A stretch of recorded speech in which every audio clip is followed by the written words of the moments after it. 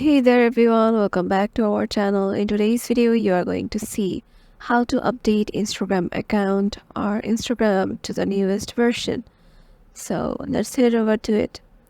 Just beforehand, head over to your Play Store and search for Instagram. And as you can see, my Instagram has an update currently that I need to do. So all I need to do is just tap on update and then my Instagram will be getting updated by the newest form of it or version of it. And once I do it, I just need to head over to my Instagram application and make the necessary choices I want to change within my account.